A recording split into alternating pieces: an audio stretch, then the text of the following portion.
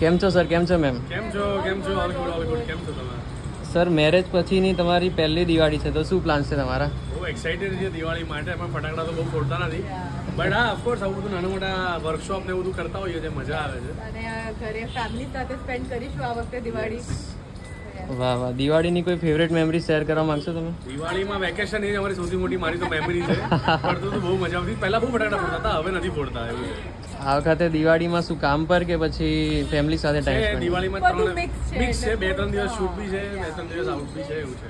આપણે નવરાત્રીમાં તો કુફી લગભગ 3 વાગ્યા સુધી ઓપન રાખતા હતા, તો દિવાળીમાં કઈ એક્સાઇટેડ ખરું? ના, દિવાળીમાં 12 વાગ્યા સુધી જ રાખ્યું but છે. there's a special Diwali menu that we are going to come up. વાહ. એના માટે હવે નવું એડવર્ટાઇઝિંગ અમે લોકો સ્ટાર્ટ કરીશું, ત્યારે તમને ખબર પડશે. વાહ વાહ. દિવાળી પર આપણે કઈ ફેન્સ માટે તમે કહેવા માંગશો? Happy Diwali, God bless you. શાંતિથી સાચવજો, સેફ રહેજો, અને મજાથી ફટાકડા ફોડવા હોય તો ફોડજો. બહુ બૂમાબૂમ ના કરતા, અને take care. Yes. Happy Diwali. Happy Diwali. Thank you sir. Thank you ma'am. Thank you. Thank you.